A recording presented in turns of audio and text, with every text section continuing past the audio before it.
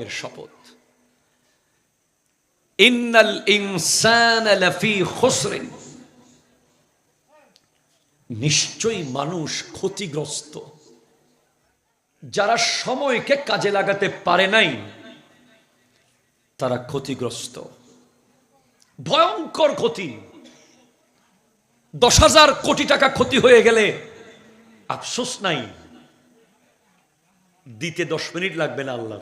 20,000 কোটি টাকার ব্যবসা যদি সাগরে ডুবে যায় কি এমন হবে? এতদিন 5 স্টারে খেয়েছেন, এখন একটু কাঁচামরিচ আর লবণ খাবেন। সবচেয়ে বড় ক্ষতি হলো হায়াত চলে যাওয়ার ক্ষতি।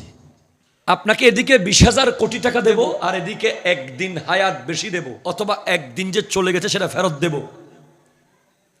কোনটা নেবেন?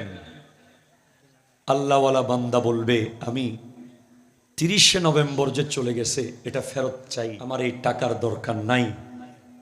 আমি সকাল থেকে সন্ধ্যা পর্যন্ত আরো 2 রাকাত করে নফল নামাজ বেশি পড়ব, আরো একটা করে সাদাকা করব, আরো একবার করে জিকির করব। কারণ কবরে যাওয়ার পরে একটা জিকিরের দাম আপনি বুঝতে পারবেন, দুনিয়া পরিমাণ সম্পদ দিলেও